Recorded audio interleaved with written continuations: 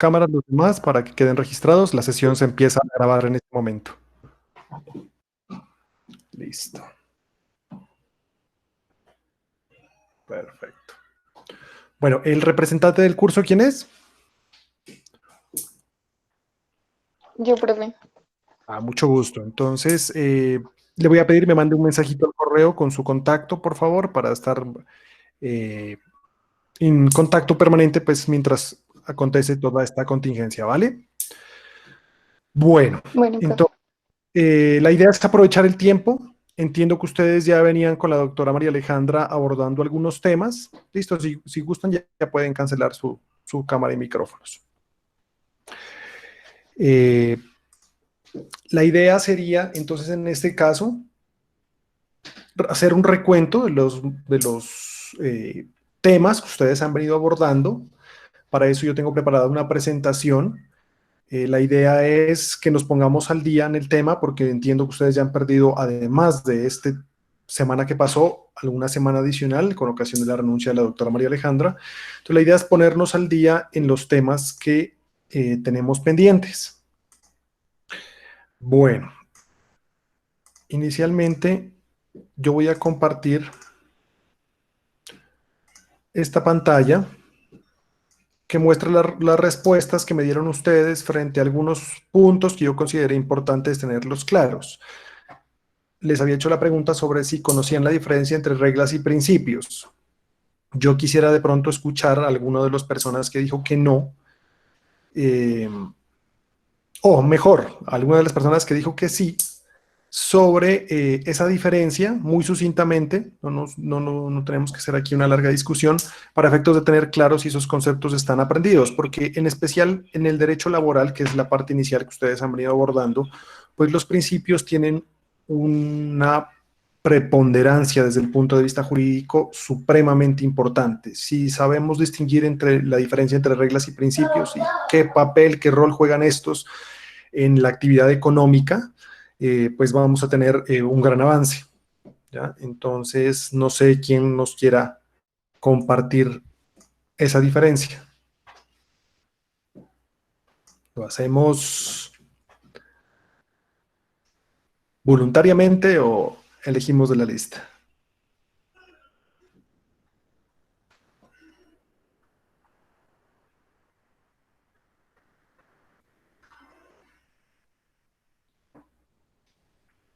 Bueno, pues inicialmente le vamos a dar la palabra a nuestra querida representante para que nos comente. Qué pena que la tome usted de primero, pero la idea sería como irnos amoldando a esta nueva metodología y poder interactuar un poquito más. Entonces, Las reglas son como, no sé, como algo obligatorio, algo que se tiene que cumplir. Y los principios pues son como, no sé, como una guía, como que va en uno. No sé, pero desde el punto de vista jurídico, ¿ustedes abordaron esa diferencia? con la profe Alejandra, no. Eso era importante avanzarlo. Bueno, listo, muchas gracias. Entonces, bueno, no avancemos en el tiempo, pues, para poder ganar lo que hemos perdido y vamos a adelantar entonces una pequeña presentación. Le ruego, por favor, vamos a poner unas reglas de juego. Las personas que quieran intervenir, tengan alguna duda, inicialmente me van a pedir la palabra vía chat y luego encienden su micrófono. Lo anterior para efectos de que no nos vayamos a congestionar.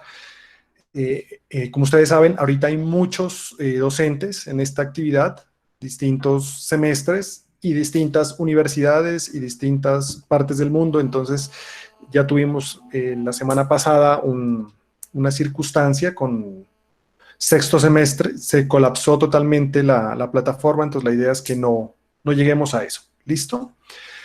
Bueno, entonces, teniendo en cuenta lo que ustedes me acaban de manifestar, entonces sí se hace necesario retomar unos temitas muy rápidamente. Les pido por favor me presten mucha atención. Insisto, la persona que quiera participar, manifiesta por el chat, o si no, simplemente dice profesor la palabra y lo escuchamos. ¿Listo? Claro, cuénteme, lo escuchamos.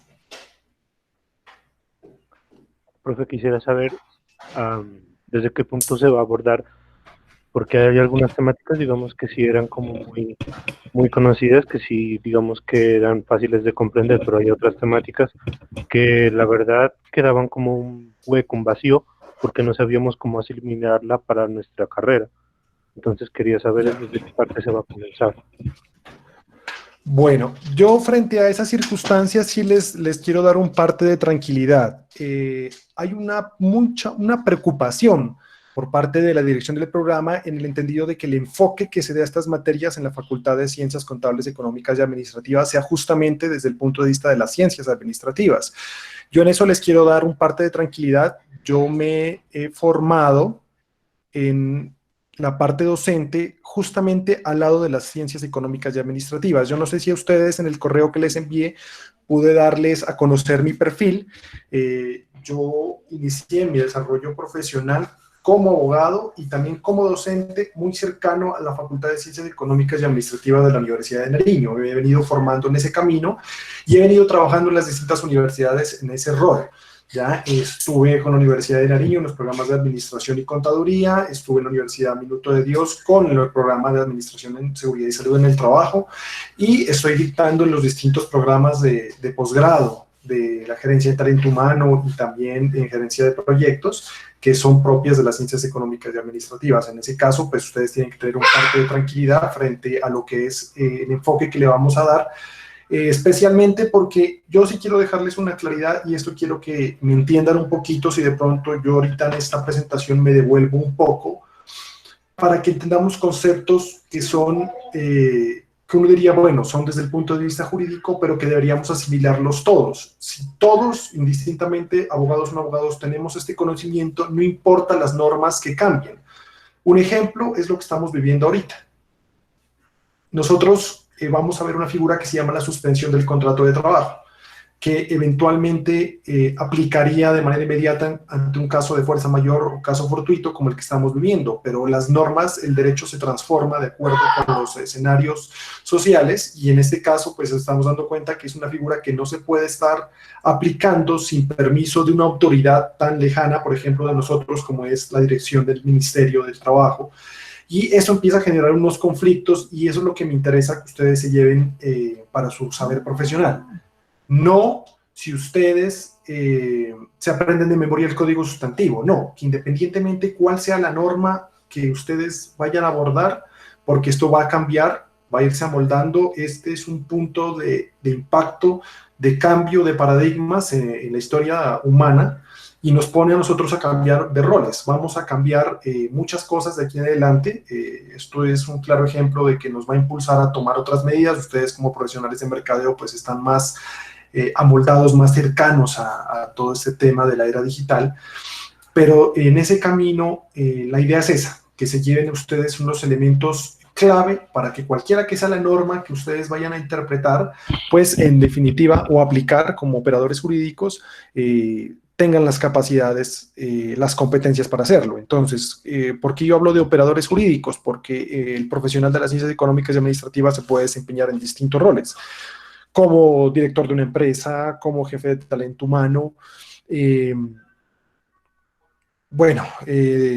distintas operaciones, digamos, en el tema de calidad, en el tema de la producción, en el tema del mercadeo.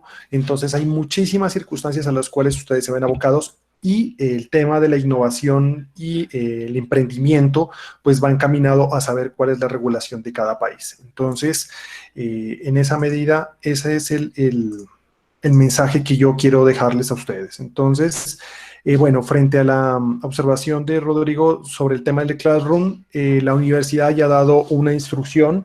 El Classroom es una alternativa que solo van a usar los docentes que se están amoldando ahorita a la plataforma de Moodle, que yo pienso que van a tener mucha más facilidad, es mucha más intuitiva para su manejo. Allí vamos a cargar la información del curso, en la medida de lo posible cargaremos estas videoconferencias para quien quiera volver a abordarlas. Entonces, la idea sería esa. ¿Listo? Entonces, vamos, no sé si tengan alguna otra duda sobre la metodología. La idea sería hoy avanzar el tema de principios del derecho, ya que tengamos esa habilidad para poder interpretar cualquier norma jurídica y poder entender. Si de pronto tienen dudas de lo que ha venido atrás, les ruego por favor me las hagan saber en una preguntita y por el chat. Entonces, el Classroom no lo vamos a utilizar ahorita porque hoy, como sea el día de hoy, yo les mando el enlace para que ustedes puedan matricular el curso virtual y ahí van a acceder a toda la información. Estamos tratando de ser lo más precisos en la información para no saturarlos, porque entendemos que ustedes manejan una cantidad de... ¿Cuántas materias están manejando en este semestre? 8. Eso, entonces pues la idea sería no sobresaturarse porque este es un tema de acompañamiento presencial, no es un cambio virtual. No, la plataforma Moodle yo la estoy manejando con un poquito de experiencia, yo les estoy manejando, les estoy acomodando la plataforma de tal manera que se vuelva fácil de manejar. Usted me dice que es muy mala la plataforma, Elizabeth, pero le soy honesto, esta es la plataforma Moodle, la utiliza en todo el mundo, ¿ya?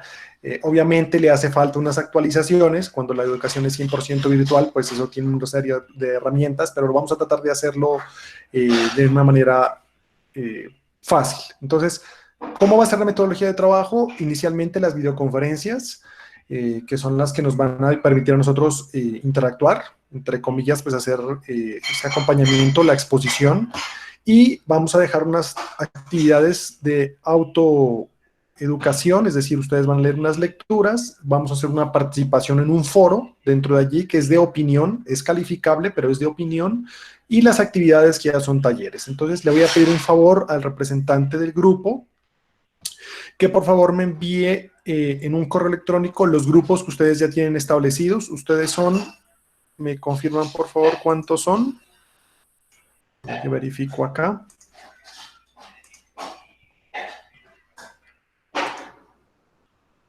En su grupo. Entonces,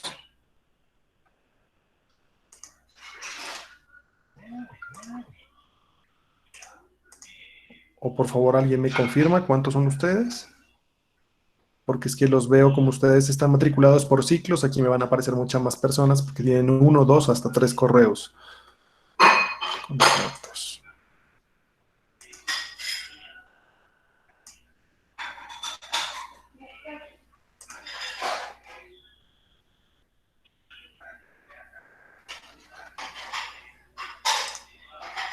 Bueno, aquí me parece 20. Bueno, entonces están casi todos, me parece muy bien. Bueno, no sé si tengan alguna duda con la metodología. La idea sería como avanzar en ese punto y entrar a abordar unos temas sencillos. Entonces, tenemos claro entonces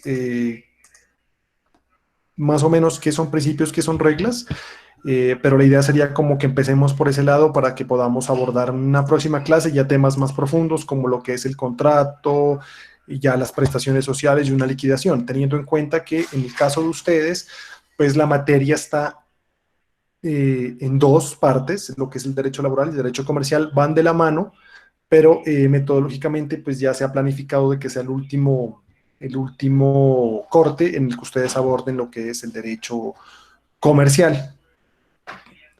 Entonces, no sé si algo tengan alguna duda adicional sobre el tema para que comencemos la presentación.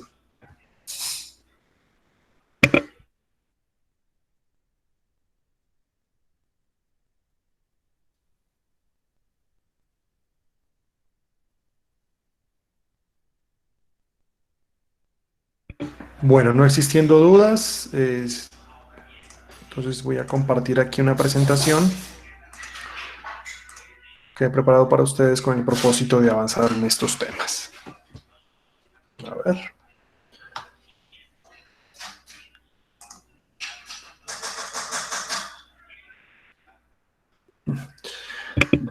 Soy muy honesto. Cuénteme.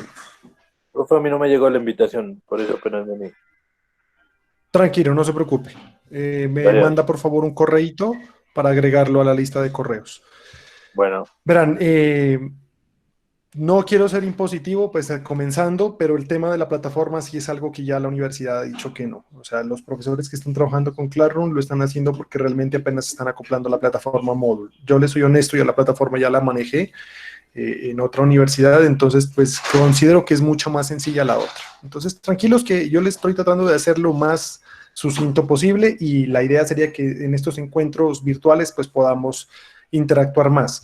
En otras cosas, porque lo teórico lo abordaríamos en esta clase. El resto lo vamos a hacer un poco más práctico, entonces pues yo he estado aquí ya adecuando las locaciones para que podamos avanzar un poco. En su momento pues ya manejaremos pues acá un tablero para efectos de hacer lo que es las liquidaciones laborales, porque ¿cuál es el propósito, por lo menos en el área laboral? Que ustedes comprendan los conceptos, pero salgan con la habilidad de hacer una liquidación laboral a pulso, a mano. Esa sería la idea. Yo sé que ya en el transcurso profesional uno utiliza una plataforma que nos hace todo el trabajo, pero la idea es entenderlo y hacerlo manual. Bueno, entonces, no siendo otra la situación, pues comencemos con nuestra presentación.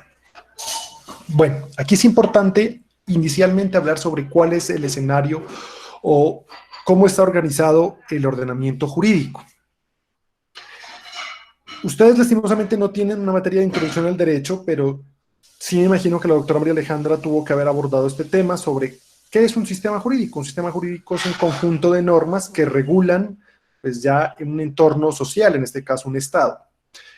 Para efectos del derecho laboral es importante tener en cuenta de que la Constitución es la norma de normas, pero especialmente para el derecho laboral esa Constitución no solo está contemplada por ese escrito de la Constitución Política promulgada en 1991, sino que también está contenida con otras denominaciones o con otro tipo de normas o documentos que se han denominado el bloque de constitucionalidad. La Constitución, por remisión directa de su texto, nos dice que son parte de las normas constitucionales, es decir, hacen parte de la Constitución todo lo que tiene que ver con los convenios y tratados en materia de derechos humanos. Es decir, que la Convención, la Declaración Universal de los Derechos Humanos, hemos de entender que es parte de la Constitución, que la Declaración de los Derechos del Hombre y el Ciudadano, que la Declaración, el Protocolo de San José de Costa Rica de los Derechos Económicos, Sociales y Culturales,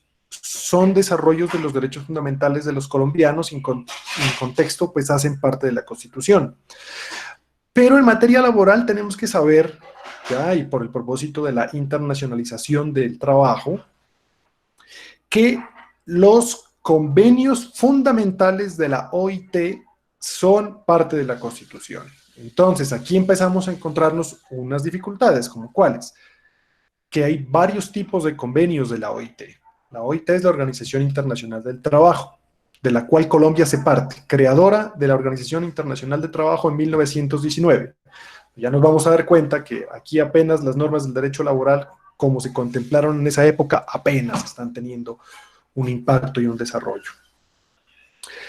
Entonces, la OIT tiene distintos tipos de convenios. Convenios técnicos, convenios de recomendación y convenios fundamentales. Entonces, los convenios fundamentales, es decir, aquellos que desarrollan los derechos fundamentales de los trabajadores, hacen parte de la Constitución. ¿Quién dice eso? Lo ha dicho la Corte Constitucional, como para que tengamos una claridad. Y las sentencias de constitucionalidad que profiere la Corte Constitucional. Entonces, la Corte Constitucional es el tope de los jueces en Colombia. Ella se pronuncia sobre la exigibilidad o no de las normas de menor jerarquía, especialmente la ley, es decir, la Corte decide cuándo una ley se ajusta o no a la Constitución, y esas sentencias de constitucionalidad son obligatorias para todo el mundo. ¿Listo? Cuando la Corte dice esta norma está fuera de la Constitución porque la contradice en su integridad o en su forma, la saca de circulación y esas sentencias son obligatorias para nosotros. En cualquier etapa en la que nos encontremos desarrollando nuestra profesión. Debajo de la Constitución está la ley. La ley la profiere el Congreso de la República. Entonces, la ley desarrolla la Constitución.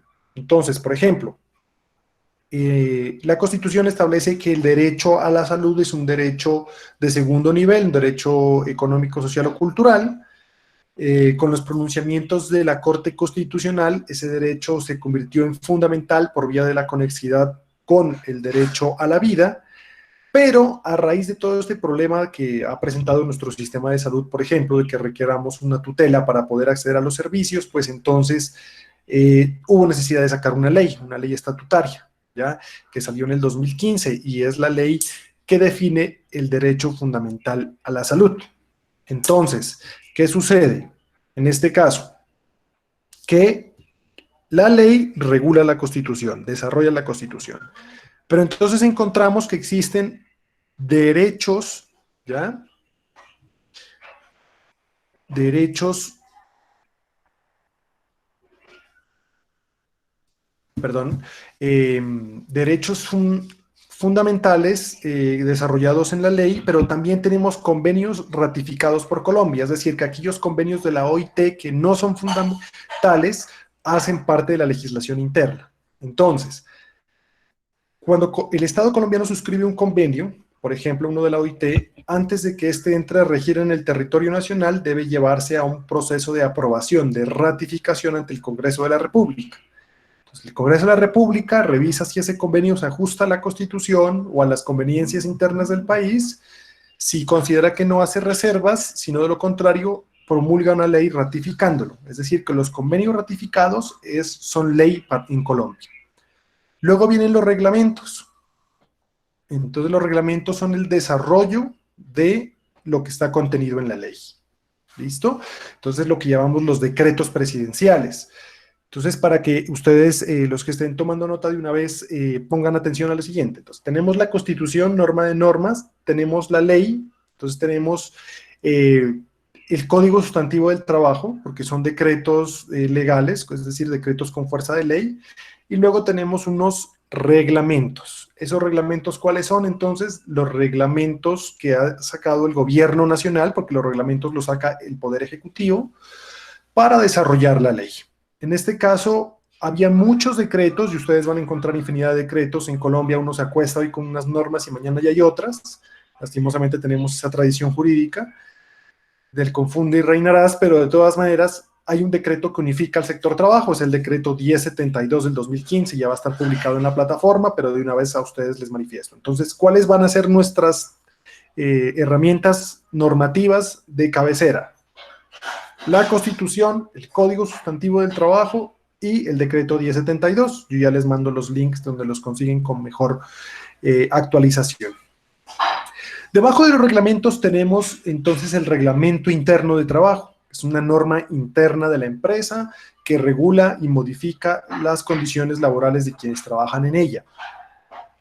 Pero adicionalmente también tenemos lo que se denomina ya los pactos, acuerdos colectivos o contratos colectivos, que son los acuerdos que suscribe el sindicato con la empresa para mejorar las condiciones de los trabajadores. Lastimosamente el tiempo nos queda muy corto, pero yo voy a tratar una sesión, ojalá alcancemos, sobre el tema de derecho laboral colectivo.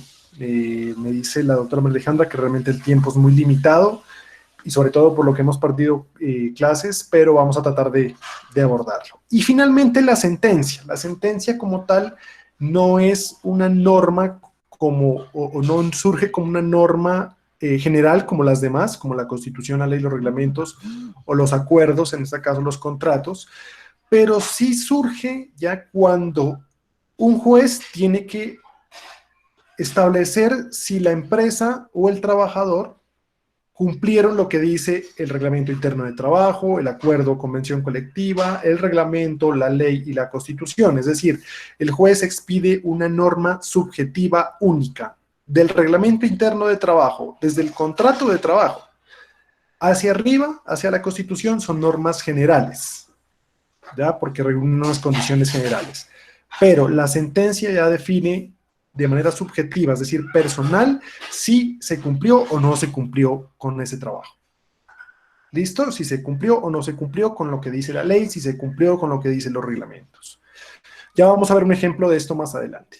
Pero entonces tener claro de que en derecho laboral tenemos que tener en cuenta todo este mare magnum normativo, ya, para entender cómo es que funciona el derecho laboral. Entonces,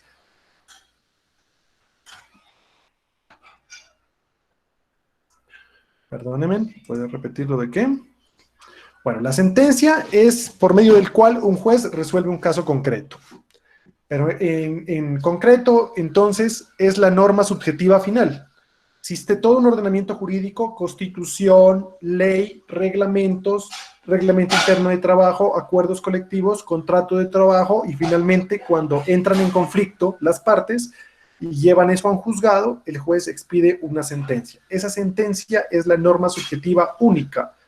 ¿Ya? ¿Por qué? Porque resuelve un caso concreto de una persona en particular. ¿Tiene fuente normativa? Claro. ¿Tiene contenido y fuerza normativa? Claro. Es obligatoria para las partes. Pero así es como está estructurado el ordenamiento jurídico, ¿ya? Para que un juez decida si a mí me sacaron o no, porque hoy, por ejemplo, llamaban los distintos clientes de nuestro despacho y nos decían, mire, me están despidiendo, ¿qué hago? Entonces yo le digo, bueno, en este momento no se preocupe porque el despido, pues, deviene ilegal. O no podrá ser ilegal, me quieren suspender el contrato. Afortunadamente, digamos, cuando se trata de personas con estabilidad reforzada, como una persona enferma, una mujer en embarazo, o una persona con fuero sindical, pues esas personas no pueden ser despedidas. Entonces, en uno de esos casos, me decía un ciudadano que trabaja en una constructora, me dice, me mandaron de vacaciones anticipadas. Qué bien, están respetando la norma. Entonces, pero en caso de que no, entonces nos íbamos ante un juzgado y ese juzgado nos resolvía si la empresa o el trabajador cumplió o no cumplió con esos requisitos. ¿Listo? Entonces, este es un escenario que todos deberían conocerlo, abogados y no abogados, porque existe un artículo en el Código Civil, que es el que rige las distintas relaciones entre particulares, y los romanos le decían, ignoratio lex non excusa. ¿Qué significa? La ignorancia de la ley no sirve de excusa. Entonces, yo no puedo alegar de que no conocía la ley para luego eximirme de responsabilidad. Entonces, lo importante es que ustedes entiendan de que ningún abogado, por más sabio que sea, se va a saber las normas de memoria, mucho menos un profesional no abogado. Entonces, lo importante es, por eso les insisto, saber cómo se interpreta el derecho, cómo se aplica. ¿Listo? Entonces, ¿queda claro el tema de la organización del ordenamiento jurídico?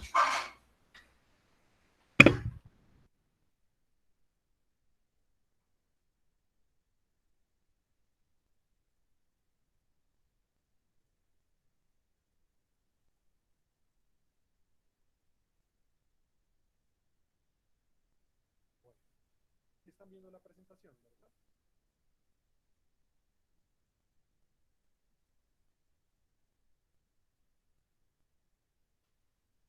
Bueno, funciona el derecho con los...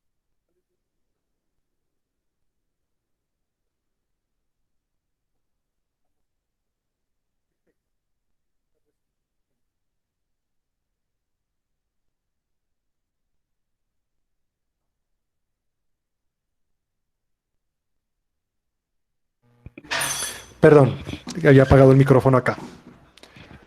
Ahí sí, profe, Bueno, ya. listo. Entonces, llegamos a lo que es el tema. La presentación sí la están viendo, ¿no?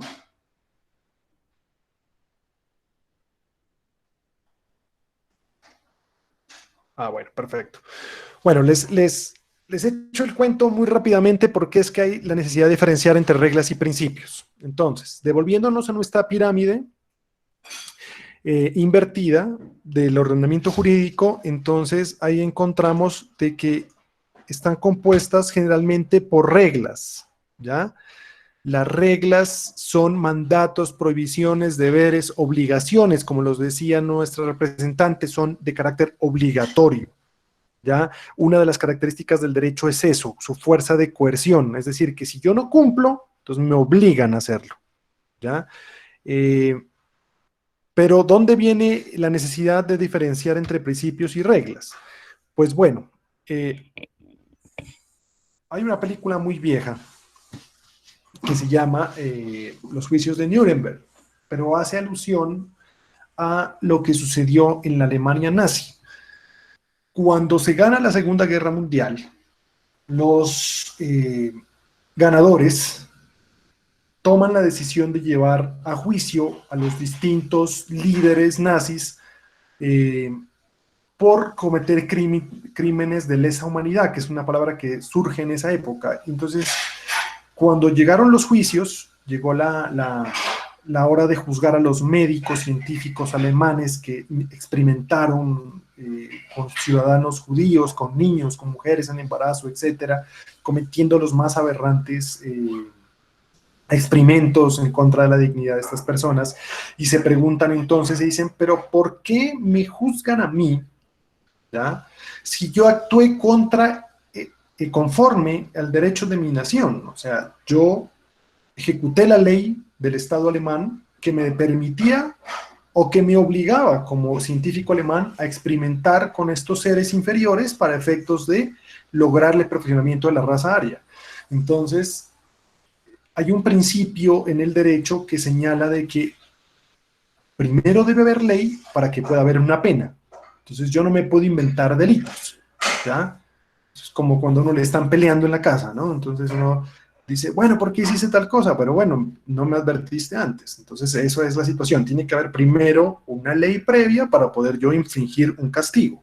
Entonces los científicos alemanes se defienden de esa manera y dicen, qué pena. La ley alemana nos permitía hacer eso, la ley se respeta, regía, era legal, era jurídica, era viable, era válida.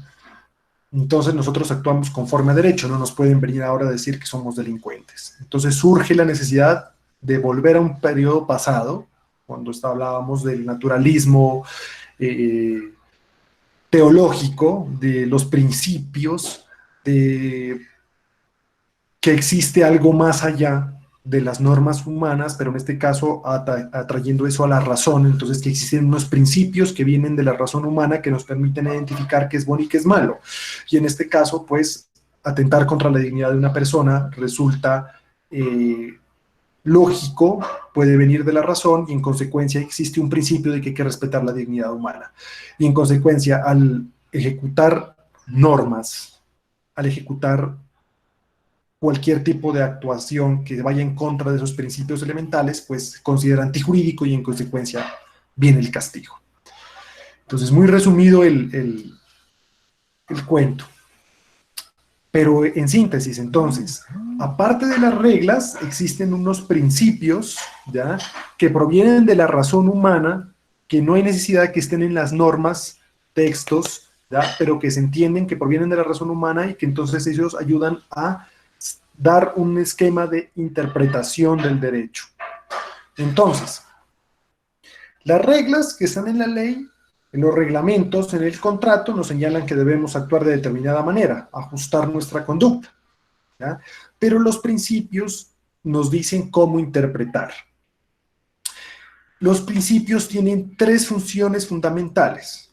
¿Listo? Orientar el derecho, es decir, darle una posición dogmática, ideológica, digamos, de cómo se debe interpretar el derecho de una nación, de un país.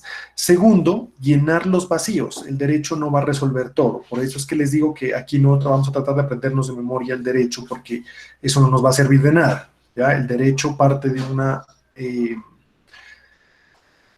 concepción de que el derecho tiene muchos vacíos. Es vago, es indeterminado. Entonces, los principios nos ayudan a llenar esos vacíos. Está lleno de contradicciones, de lagunas, ¿ya? Entonces encontramos dos normas chocando, ¿ya?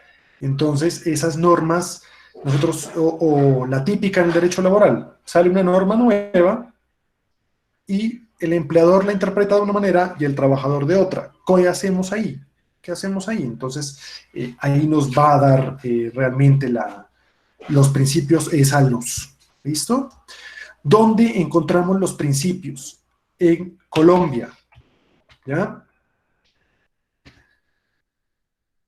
En nuestro sistema o en nuestra legislación laboral, los principios los encontramos en estas tres fuentes. Ustedes me manifestaban algunos que sí conocían cuáles eran las fuentes del derecho. Pues las fuentes del derecho, pues son, es el lugar donde se origina, ¿ya?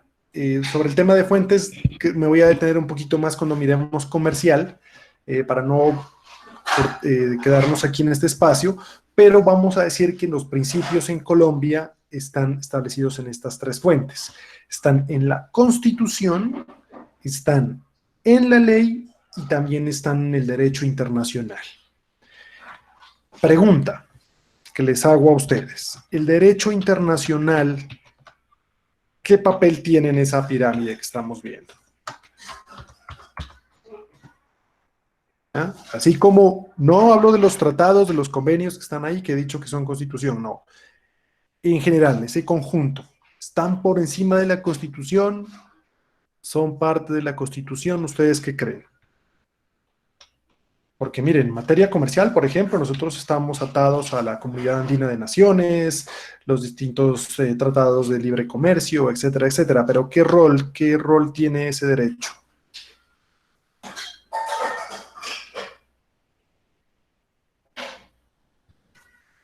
¿Solo Elizabeth está conectada?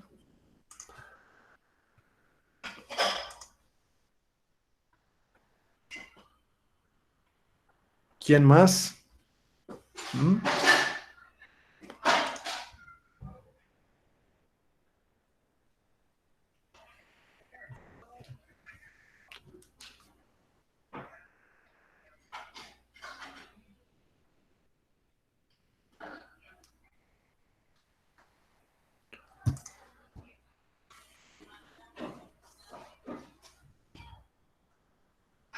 Bueno, ahí está el problema, que nosotros tenemos esa concepción de que el derecho internacional está por encima de la Constitución, por ejemplo. Pues les cuento que no, señores. En Colombia hay dos sistemas de derecho internacional que pueden adoptar los países, uno monista o uno dualista. El sistema monista, ¿ya?, hace de cuenta de que derecho interno y derecho internacional es uno solo. Y en el sistema dualista los separa. Cada quien está por su parte. En el sistema monista, entonces entendemos de que el derecho internacional es superior en esa jerarquía. Pero en Colombia es dualista, por eso les hago hincapié en la pirámide, porque reconoce la existencia de un derecho internacional, pero para que ese derecho internacional aplique, pues tiene que ser primero ratificado. ¿Listo?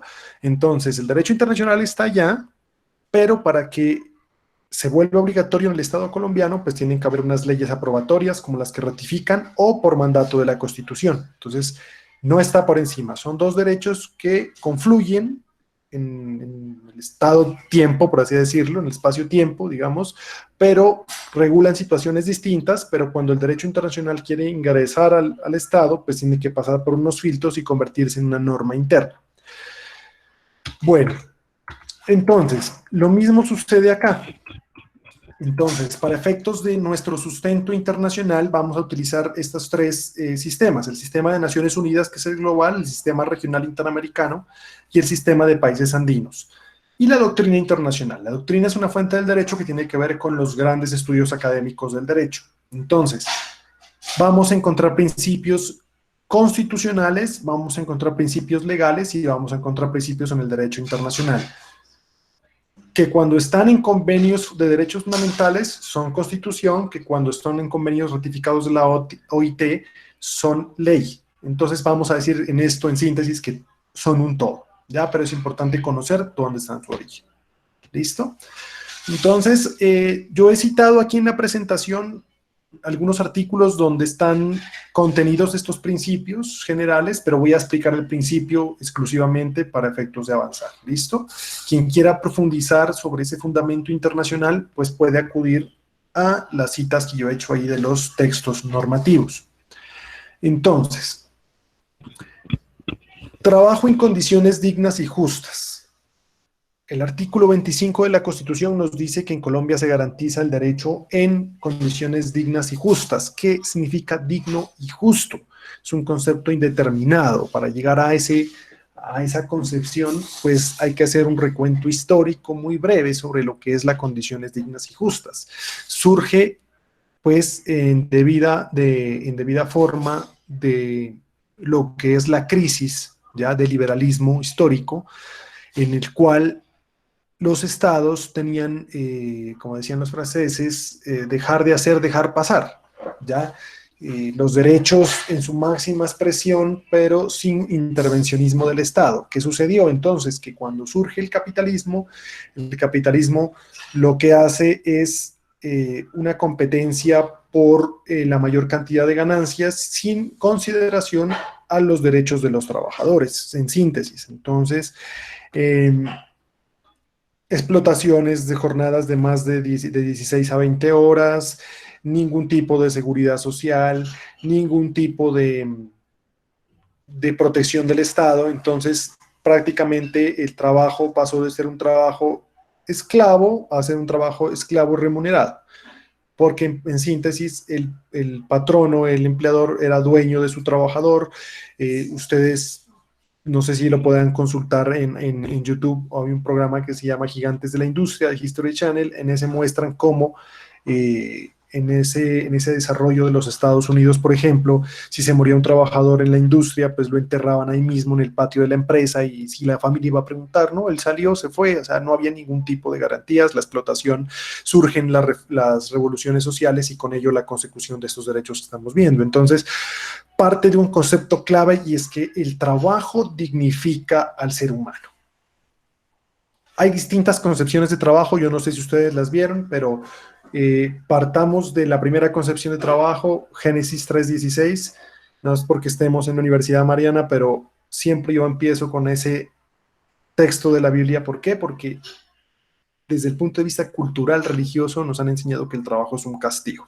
Ustedes van a Génesis 3:16, encuentran de que Dios le impone el castigo a Adán, le pone como castigo el trabajo. Le dice, ganarás, ya, con el sudor de tu frente ganarás el pan. Entonces, empieza ese desarrollo del ser humano, ya, como un castigo del trabajo, y luego cambia de esa concepción del castigo por el pecado original a una concepción de que el trabajo es la forma en que el hombre alcanza su dignidad. Por eso, cuando culmina la Primera Guerra Mundial, que trajo un desastre en Europa, lo primero que se funda antes de la Liga de las Naciones, o con la Liga de las Naciones, que hoy son las Naciones Unidas, es la Organización Internacional de Trabajo, porque lo que busca es ratificar de que el trabajo es la forma en que el hombre alcanza su dignidad. ¿Listo? Entonces, el trabajo hay que respetarlo, pero en condiciones dignas y justas. ¿Cómo alcanzo la justicia? Entonces, derecho y justicia no es lo mismo, partamos de esa situación. ¿Ya? Justicia es una expectativa, un deber ser de lo que debería ser el derecho en últimas, pero vamos a decir que justicia son estos principios que vamos a ver. ¿Listo? Sáquenme de una duda, porque como yo tengo que ver varias materias de derecho laboral acá, sí quisiera saber si ustedes ya abordaron algún trabajo de principios, porque en los otros cursos sí lo habían abordado, habían hecho unas exposiciones. Quisiera saber si lo abordaron así o no.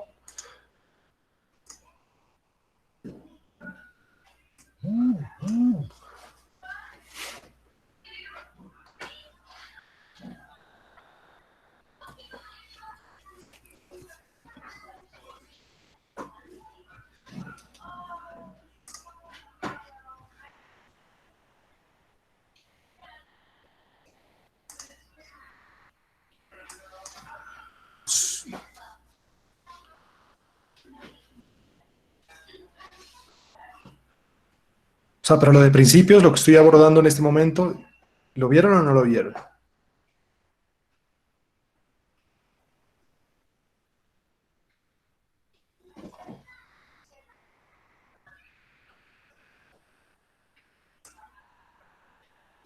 Le pido por favor a nuestra representante me confirme esa información para poder avanzar un poquito más rápido. Listo. Bueno, entonces sigamos. Bueno, entonces, existen esos principios entonces que van a orientar el derecho laboral. ¿Listo? Cualquiera que sea la norma, yo tengo que tener en cuenta estos principios. El primero es que el trabajo es una condición que dignifica al ser humano y en consecuencia pues debe respetarse y debe acompañarse de otros principios. El siguiente principio es muy importante, es la remuneración mínima, vital y móvil. Remuneración mínima. Primer concepto. ¿A qué hace alusión a eso? Al salario mínimo. Es decir, que debe haber un tope mínimo de remuneración que permita alcanzar un mínimo de dignidad.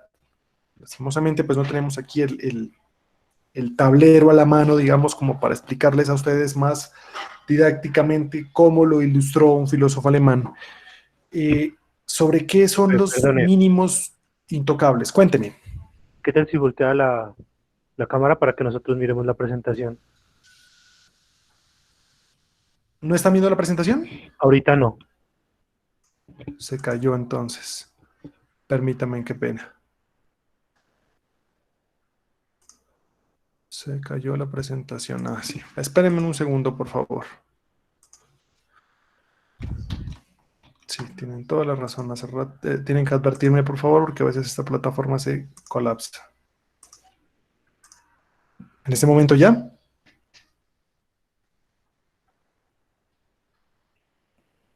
Ahí sí ya, profe, gracias. Sí. Listo, perfecto.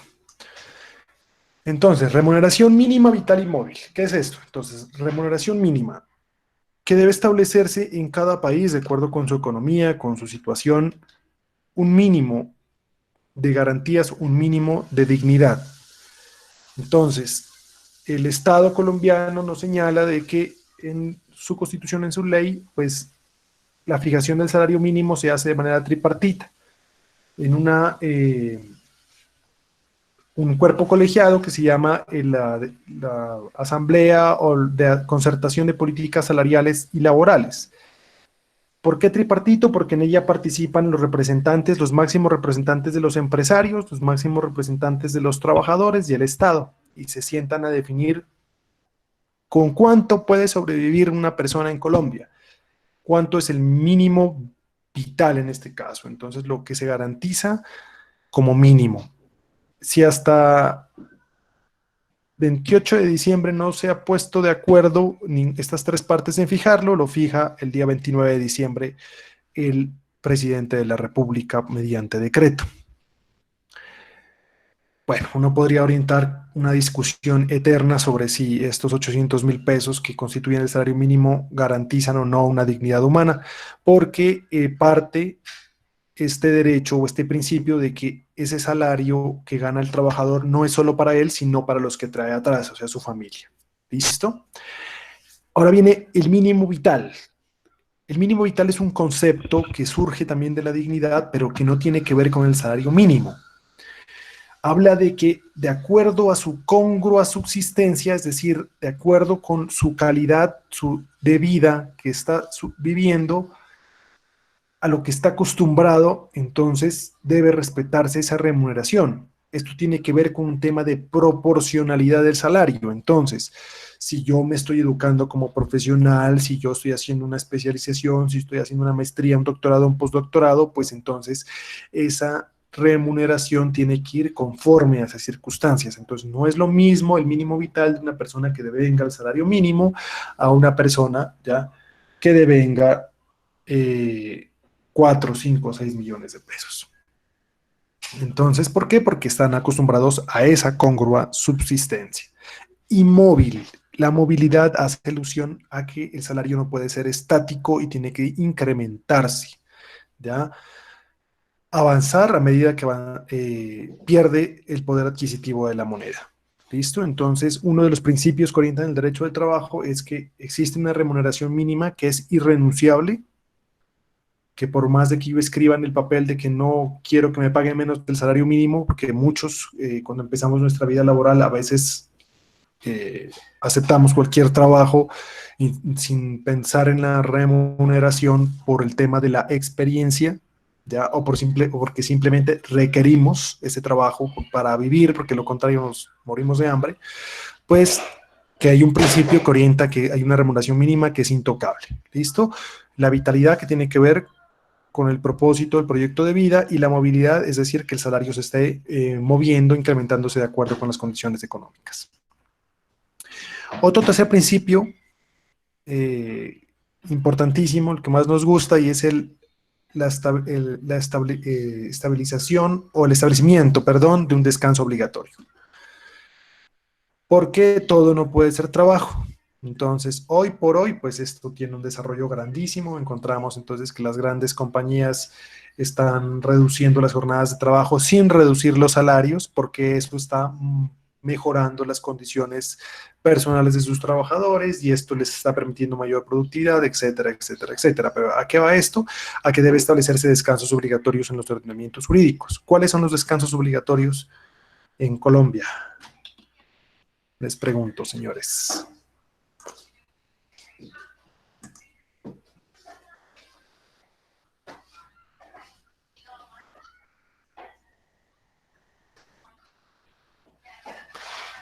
Eso, las vacaciones, los domingos y los festivos. Así mira que se hicieron las, las dramatizaciones de los principios. Sí lo abordaron, entonces voy a abordar un poquito más rápido el tema. Sí, yo tenía la duda sobre si los abordaron, porque finalmente son los principios. Me imagino que ustedes lo tomaron de la Constitución, pero aquí pues les estoy dando todo el fundamento de qué son los principios que se manejan allí. Bueno, otro principio es el respeto por la seguridad social.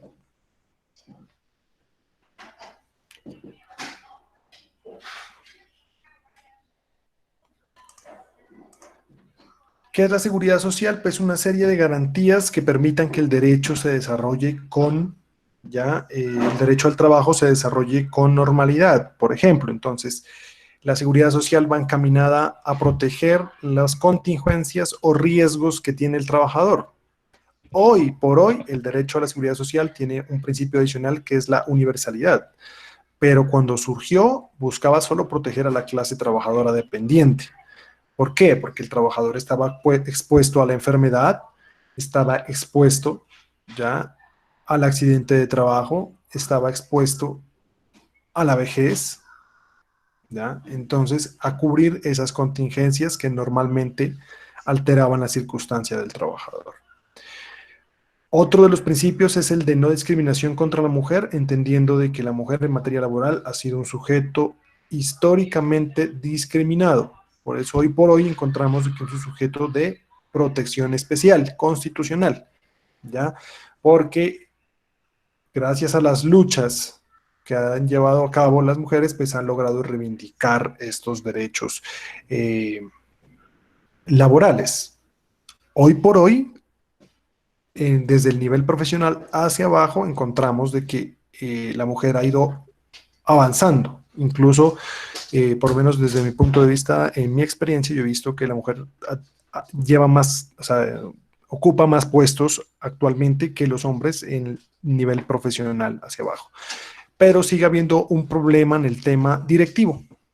Encontramos en Colombia entonces la denominada ley de cuotas, que lo que busca es entonces que por lo menos en las entidades públicas, el 30% mínimo, el 30% de los cargos directivos sean ocupados por mujeres. Y entonces, ¿qué sucede? Pues en mi experiencia en lo público nos damos cuenta que los administradores públicos, alcaldes, gobernadores, cumplen a veces esa cuota por obligación legal, ¿ya? En el sector privado también se mira, pues lo escuchaba el otro día justamente en una conferencia de que sigue habiendo mucha discriminación también en el sector privado sobre los grandes escalas, lo que es pues los cargos directivos, asesores y gerenciales, pero sin embargo la idea es que eso vaya teniendo una igualdad. Algunos movimientos dicen que estas leyes como la ley de cuotas lo que hacen es generar más discriminación, debería ser 50 y 50. Pero bueno, eso va avanzando de buena manera. Luego viene el derecho de asociación sindical. Importantísimo derecho, ya como para que avancemos en ese tema, que tiene que ver con la posibilidad de 3 circunstancias: de crear sindicatos, de afiliarse o no afiliarse al sindicato, o de retirarse del sindicato. Cuando ustedes hablan del derecho de asociación sindical, yo tengo esas 3 posibilidades: crear un sindicato, afiliarme o no, y retirarme del sindicato. ¿Para qué el sindicato? Ya lo vamos a ver. Los sindicatos surgieron como una necesidad de ¿qué? De fortalecer el gremio de los trabajadores en la medida que puedan mejorar sus condiciones de trabajo. ¿Por qué? Porque partamos de un hecho, las condiciones que establece la legislación laboral, es decir, los derechos que consagra la ley y la Constitución son derechos mínimos. Eso jamás se nos debe olvidar. En consecuencia, al ser mínimos derechos, pues quiere decir que tenemos derecho a más. Es decir, la ley establece que al trabajador se le pagará un salario mínimo, unas prestaciones sociales, una liquidación en caso de despido, pero yo puedo acceder a más, claro. ¿Cómo es el camino? A través de la creación de un sindicato. Pero yo puedo crear un sindicato solamente, no. Tengo derecho a otros dos principios. La negociación colectiva. ¿Qué tiene que ver esto? La posibilidad de convocar un conflicto de trabajo en contra del empleador para que el empleador acceda a esas peticiones que le hace el sindicato. Y si el empleador no atiende al sindicato o se niega a todo injustificadamente, pues tenemos otro derecho, otro principio que es el derecho a la huelga. ¿Ya? Entonces estos tres principios vienen amarrados. Derecho a crear el sindicato, derecho a presentar peticiones para mejorar las condiciones de trabajo y en caso de que no me hagan caso, derecho a la huelga. ¿Listo? Entonces, tres principios fundamentales importantísimos. El derecho sindical en Colombia ha sido satanizado, ya porque ha llevado a la quiebra a sin número de empresas, especialmente a la industria pública, pero vamos a decir que eso es una idea equivocada. Lo que acabó con la empresa pública, con la industria pública, no fue el sindicalismo, fue la corrupción. ¿Por qué? Porque a los sindicatos se les daba prebendas para que se queden callados de lo que hacían los gerentes de las empresas industriales. Entonces se acabó Colpuertos, se acabaron las licoreras, se acabaron los ferrocarriles, pero fue por eso.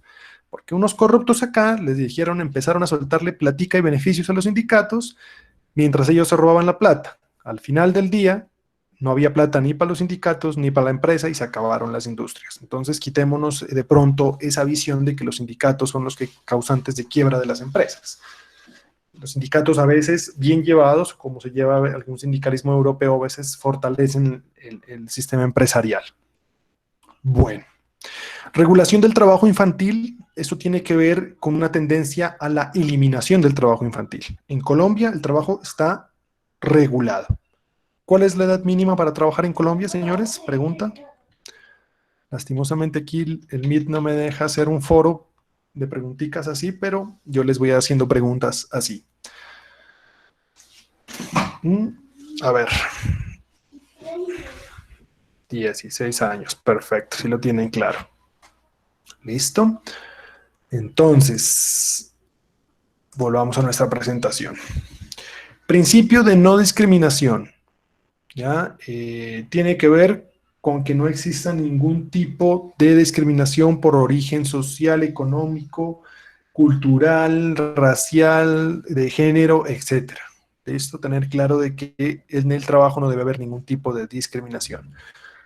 Aunque en estos días que se celebraba el tema de la afrocolombianidad, se manifestaba de que todavía existen algunos atavismos de discriminación racial en Colombia muy fuertes y extenderles o compartirles de que desde el 2010 todo tipo de racismo es delito en Colombia y causa cárcel. Entonces, tener mucho cuidado con esos temas, sobre todo en materia laboral.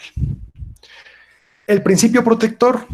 El principio protector, ustedes me dicen que ya lo han manifestado, ya lo han expuesto, que tiene que ver con esos tres elementos contenidos en el artículo 53 de la Constitución, que nos habla del indubrio prooperario, ya, la favorabilidad y la condición más beneficiosa.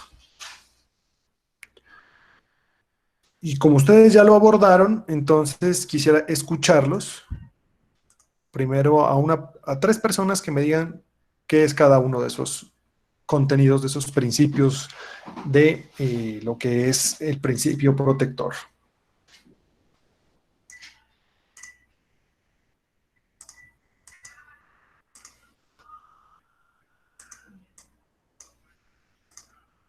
A ver, ¿quién quiere participar voluntariamente?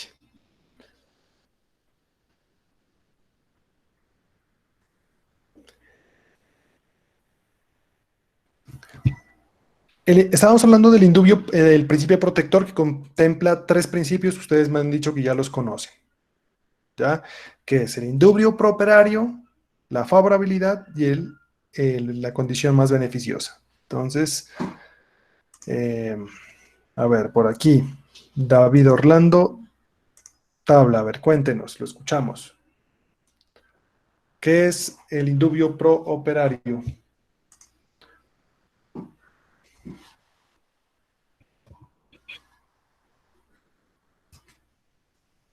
Vamos sacando la agendita para ver si están conectados.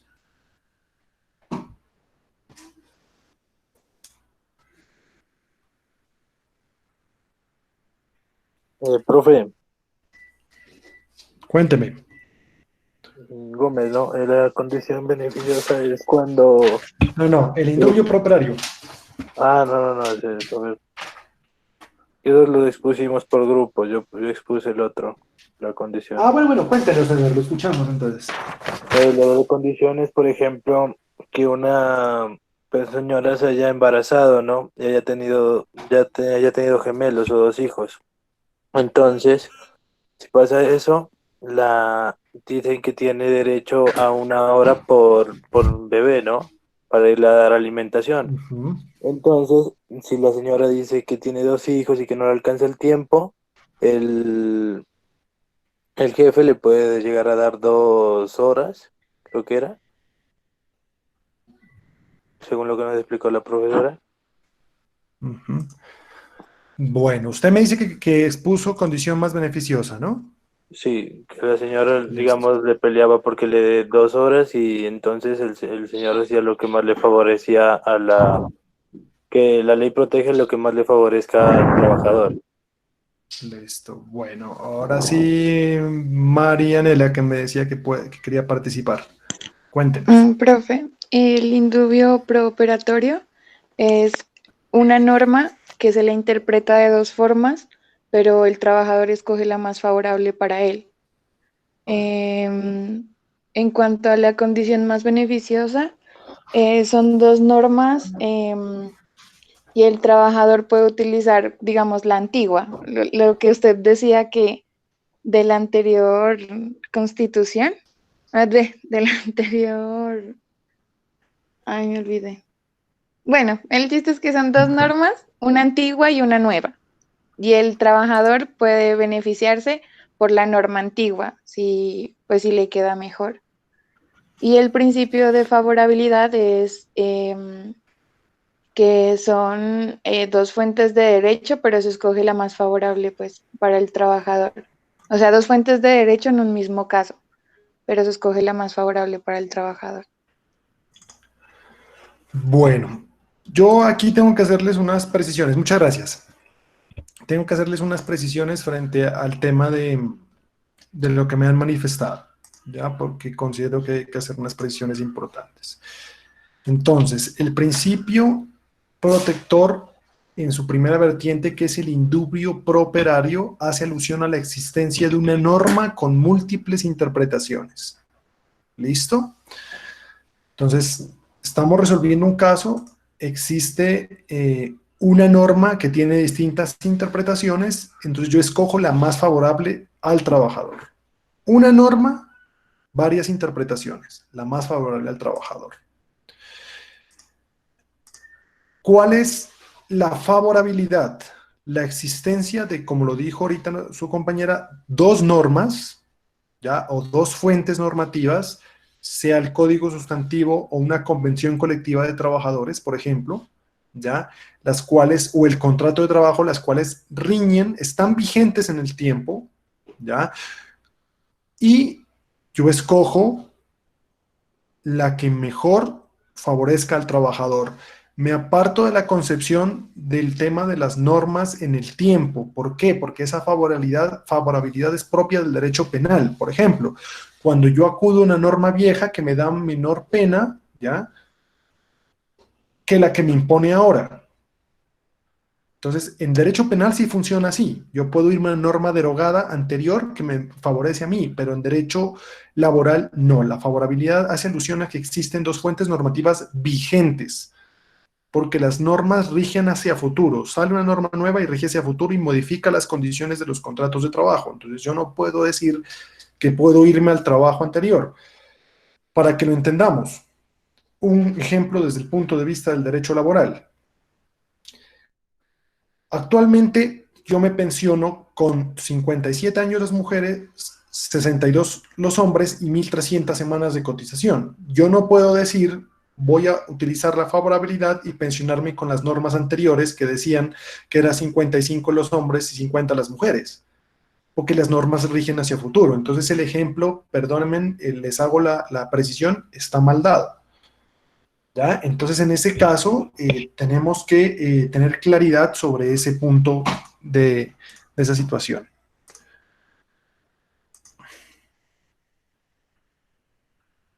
No. Ese es el caso de la condición más beneficiosa, sí, por eso. Pero les estoy poniendo el ejemplo para que entendamos cuál es el escenario del indubio, perdón, de la favorabilidad, de la existencia de dos normas. Entonces, tengo el código sustantivo que me dice, ¿ya?, que tengo 15 días de vacaciones y una convención colectiva que me dice que en la empresa son 20 días de vacaciones. Entonces, ¿cuál escojo? Si me pongo a mirarles desde el punto de vista jerárquico, pues obviamente la ley está encima de la convención colectiva, pero yo escojo la más beneficiosa, ¿ya? Eso. Entonces, lo que pasa es que la primera persona que, ¿ya?, la persona que participó inicialmente me tocó el ejemplo de la mujer en el periodo de lactancia. Ese no es un ejemplo de condición más beneficiosa porque la condición más beneficiosa requiere un requisito esencial y es que la ley lo autorice. ¿Ya? Por ejemplo, entonces, tenemos el tema el claro ejemplo de la condición más beneficiosa es el cambio en el régimen pensional, el régimen de transición. Entonces, hubo cambio, surge la ley 100 y la misma ley le dice, listo, las personas que les falte, que tengan tantos años o años de servicio, entonces pueden pensionarse con el régimen anterior. Lo mismo, las cesantías. Las personas que lleven 10 años trabajando a la entrada en vigencia de la ley 50 del 90, entonces tienen derecho ¿a qué? A tener sus cesantías retroactivas con el régimen anterior. Entonces, para que tengamos la claridad. Entonces, yo les hago la precisión del tema, claro, entonces me dice ahorita que estaba equivocado, entonces, para que tengamos la precisión, entonces. Indubio pro operario, la existencia de una norma con múltiples interpretaciones. Escojo la más favorable al trabajador. Favorabilidad, la existencia de dos normas o dos fuentes normativas, ¿ya?, vigentes en el tiempo, yo escojo, ¿ya?, la más favorable al trabajador. Y la condición más beneficiosa quiere decir que es un derecho que protege al trabajador de los cambios normativos. Entonces, por ejemplo, el régimen de transición en pensiones, el cambio de las cesantías retroactivas a las cesantías anualizadas. También cuando entró la ley que modificó el tema de pensión de invalidez, también dejó un espacio para que las personas se puedan pensionar con los anteriores requisitos. Entonces, requiere la condición más beneficiosa. Ya vamos a ver lo que tú dices, Catalina. O sea, ese es otro principio aparte. ¿Qué es lo que busca proteger el principio protector? Que las normas se interpreten a favor de la empresa. Siempre van a estar a favor del trabajador. ¿Queda claro entonces? No nos vayamos a Profe, enredar. perdone, ¿puede repetirme la parte de condición más beneficiosa? Derecho que protege al trabajador. De los cambios normativos abruptos. ¿Ya? De los cambios normativos abruptos. Entonces, por ejemplo, ¿qué sucedió? Yo antes me pensionaba con 55 años los hombres, 50 las mujeres, y tenía la posibilidad de acceder a una pensión que se tasaba, por ejemplo, con el último salario devengado o con el 100% del ingreso base de liquidación, es decir, el promedio de los últimos 10 años. Llega la ley 100 y cambia, me sube la edad, ¿ya? Me dice tanto las mujeres, tanto los hombres, me pone un número de semanas de cotización y me baja el valor de la pensión hasta el 85% en su momento, hasta el 90%. Entonces, yo digo, me falta un año a mí para pensionarme, ¿cómo hago yo para acceder entonces a o sea, el gobierno me traiciona, tengo una expectativa legítima de acceder a mi pensión y ahorita faltándome 2 años me cambian las normas. Entonces, la ley protege y le da una condición más beneficiosa a ese trabajador diciéndole, listo, a usted le faltan tantos años para pensionarse, entonces usted se puede pensionar con el régimen anterior. Ese régimen anterior, como lo alcanzaremos a ver si el tiempo no lo permite, se extendió hasta el 31 de diciembre del 2014, que fue la fecha en la que pudieron acceder los últimos del régimen de transición. O, por ejemplo, en el tema de cesantías, antes de la ley 50 del 90, mis cesantías equivalían al último salario de vengado. Entonces, si yo trabajaba 30 años, empecé como auxiliar de servicios generales y termino como subgerente de la empresa, porque pude avanzar, entonces, y en mi último salario son 5 millones de pesos, entonces las cesantías retroactivas son un salario por cada año de servicio, entonces multipliquen 5 por 30, ¿cuántos millones son? Pero llega la ley 50 del 90 y me cambia y me dice, no, ahora se van a pagar las cesantías año a año. Y le dice, bueno, pero yo llevo más de tantos años trabajando. Entonces, por eso la ley trae una condición más beneficiosa y dice, las personas que a la entrada en vigencia de la ley 50 del 90 lleven más de 10 años de servicio, entonces tendrán cesantías retroactivas, como antes. Entonces, busca proteger al trabajador de los cambios normativos abruptos que vayan a generar un perjuicio en esas expectativas de obtener algún beneficio jurídico. ¿Listo? Entonces, para que quede claro Profe, ese principio. pasa lo mismo cuando de pronto cumple con la experiencia, pero no con la edad. ¿Pero en qué tema? ¿Pensional? Sí, en la parte, por ejemplo, de los profesores, que cumpla con los años que hayan transcurrido en el labor que ellos hayan ejercido, pero que no tengan la edad. No, lo que pasa es, bueno, el tema de los docentes, si usted me habla del magisterio, ellos tienen un régimen especial, o sea, es independiente del régimen de ley 100. De todas maneras, en la actualidad todos estamos sometidos al régimen general de pensiones y en esa medida, pues, si yo no cumplo la edad, me toca esperarme a cumplir la edad. Acá es el caso en que hubiera un cambio normativo, por ejemplo, ahorita estas reformas que nos quieren proponer de igualar, por ejemplo, la edad de los hombres y las mujeres o alguna situación así. Por ejemplo, llegar ahorita a una, dijeran que para poder aguantar toda esta crisis que se viene con la raíz del coronavirus, entonces llevan un proyecto de ley en el que dicen vamos a igualar el, el, la edad de los hombres y las mujeres para pensionarse. Y entonces tenemos una mujer que tiene 56 años en la actualidad y el número de semanas, ella dice, bueno, pero aprueban esta ley dice que por el coronavirus y ahora me dejan a mí sin pensión, me toca seguir trabajando otros 3 años. Pues la ley tiene que salvaguardar esa condición de esta persona que está a punto de adquirir su pensión y darle esa condición más beneficiosa.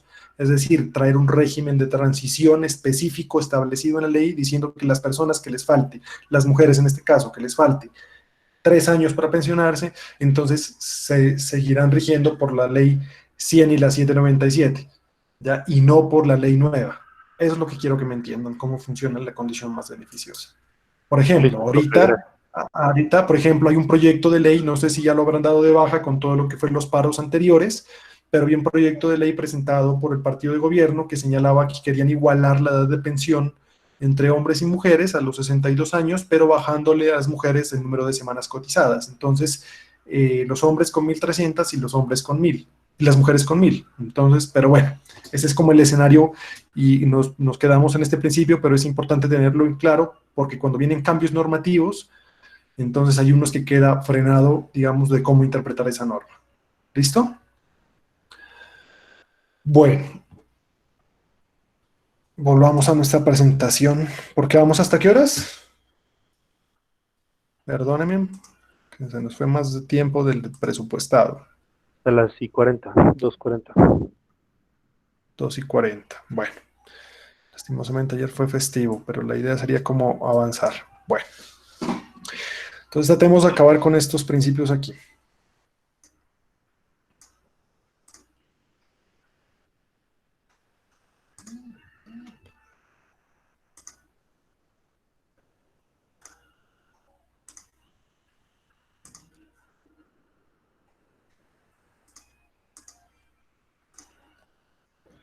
Perdónenme, yo les comparto aquí la presentación.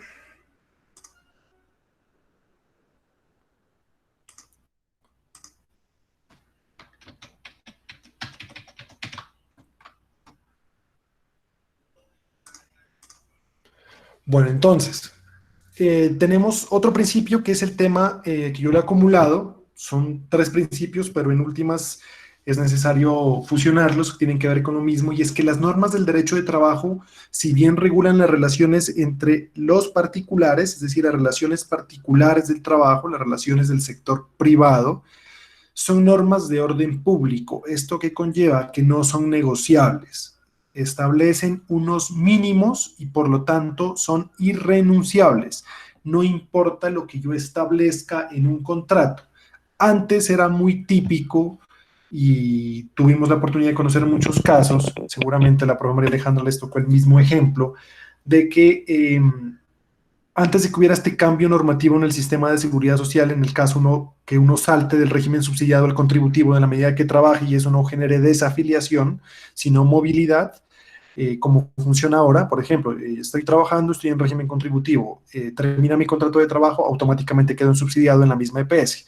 Antes eso no funcionaba así, era un lío porque la persona que le reportaba un ingreso, la sacaban del CISBEN, bueno, eso generaba un serio de problemas allí y empezaron a aparecer contratos de trabajo en los cuales aparecía por ahí una clausulita mal hecha por una persona que no sabía de derecho laboral seguramente, que decía, la señora tal, y pasaba muchísimo con las empleadas del servicio doméstico, la señora tal manifiesta libre y voluntariamente que renuncia a sus derechos a la seguridad social en el sentido de los aportes al sistema de salud, pensión y riesgos laborales, porque señala que en caso de que le aparezcan estos reportes va a perder su derecho al CISBEN y todos los beneficios que este trae.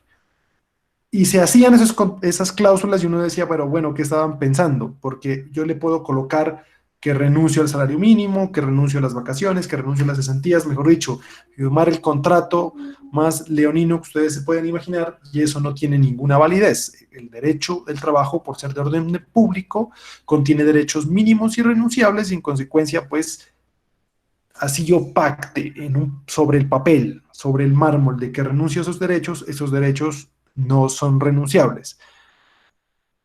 Hay prescripción, es decir, yo tengo 3 años en materia del sector público para reclamar, ya para demandar. Es decir, si a usted lo acabaron de echar por el tema del coronavirus, entonces tiene 3 años para demandar.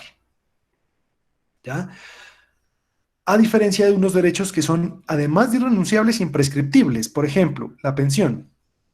Muchas personas llegan a la edad de jubilación y dicen, bueno, pero me faltaron semanas para cotizar, pero se acordaron que por allá hace 30 años un empleador lo vinculó, pero no le pagó la seguridad social. ¿Lo puede demandar? Claro que lo puede demandar, porque el derecho es irrenunciable. Entonces yo puedo ir, demandar a esa empresa vieja, e incluso ya liquidada de pronto, contra los socios o los herederos de los socios, ¿ya? Para que me paguen mis aportes laborales, me aparezcan mis semanas y yo poder pensionarme. Entonces, ¿por qué? Porque son derechos mínimos e irrenunciables. Y las normas laborales tienen un efecto útil e inmediato, es decir, apenas surge una reforma laboral, aplican de manera inmediata y reforman los contratos laborales que estén pactados. En derecho aplica un principio que es el de la retrospectividad de la norma, es decir, cuando se deroga una norma, los contratos que hayan surgido conforme a esa norma se siguen rigiendo bajo esa norma anterior, pero en derecho laboral no. Si surge una nueva norma, modifica los contratos de trabajo en la medida que sea favorable al trabajador. ¿Listo? El siguiente principio pues sería el de permanencia, estabilidad y rendimiento. Son unos principios originados en la doctrina internacional y que tiene que ver en que el desarrollo económico de una nación, de un pueblo, está directamente relacionado con el factor de la estabilidad laboral. Entonces, si yo puedo darle estabilidad a mis trabajadores, entonces yo podré garantizar un mayor rendimiento y en consecuencia mantener o generar ¿ya? Unas mejores condiciones económicas para la nación o el país, el pueblo, lo que sea. Y este es un principio fundamental que es el que mayor tiene relevancia hoy en día. Las mayores discusiones legales, judiciales, es sobre el principio de primacía de la realidad sobre las formas, que tiene que ver justamente con que en derecho laboral lo que prima es la realidad sobre lo que se diga en los contratos. Entonces, estamos ante el típico caso del contrato de prestación de servicios que me señala que yo no cumplo horario, que soy independiente, que soy autónomo, pero en realidad yo cumplo horario, recibo órdenes, no tengo ningún tipo de autonomía, además me tratan mal en el trabajo y me hacen trabajar en la empresa de 6 a 6, bueno, etcétera, etcétera, etcétera. Entonces, no importa lo que diga el contrato, lo que importa es la realidad. ¿Cuáles son los elementos de la relación laboral? También tuvieron que haberlo abordado.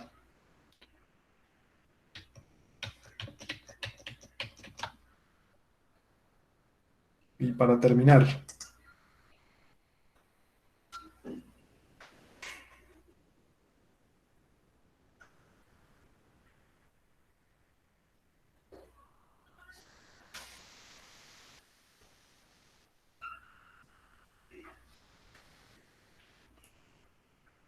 ¿cuáles son los elementos de la relación laboral, señores?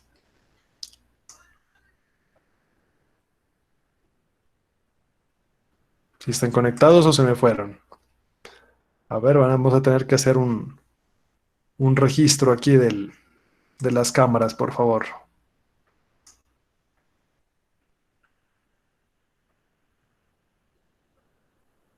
Profe, Ujú. mm, Cuéntame. la actividad humana, ¿es eso? No, no, los tres, eso, por ahí va.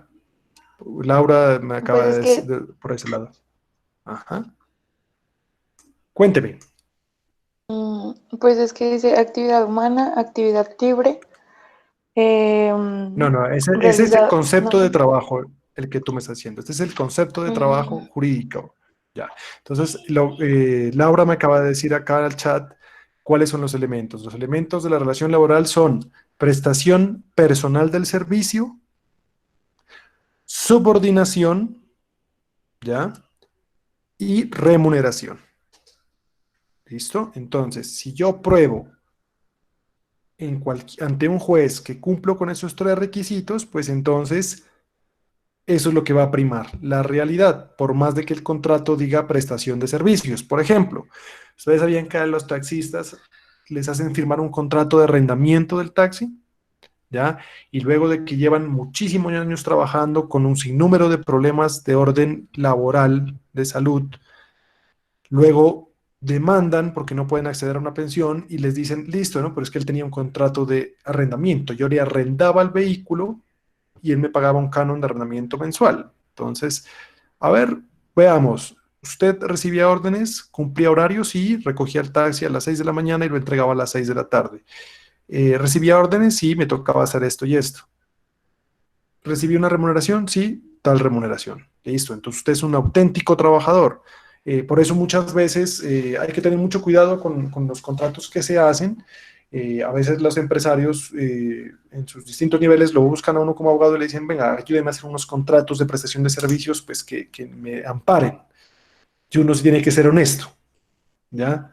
Ningún contrato de prestación de servicios lo va a librar de una demanda laboral. Ninguno.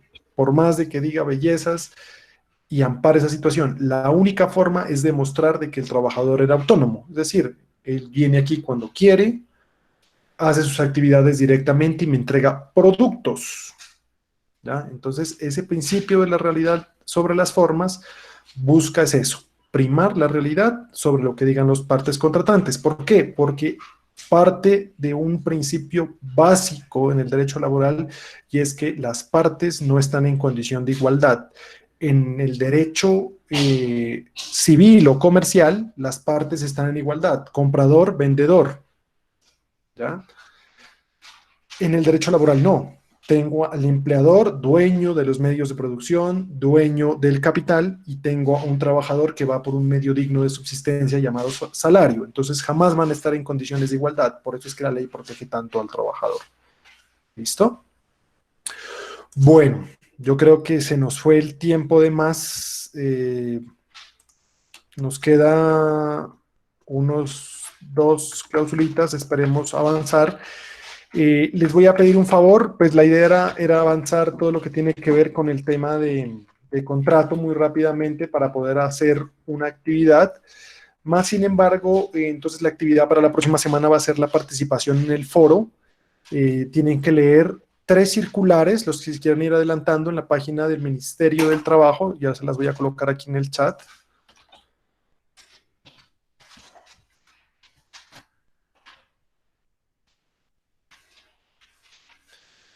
Permítame un segundo.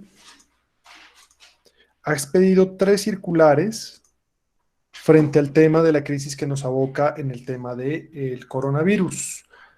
Entonces, les voy a pedir el favor que lean esas 3 circulares y vamos a hacer una participación en el foro en plataforma. Dios mediante, son las circular 17, 21 y 22. Aquí les envío el link.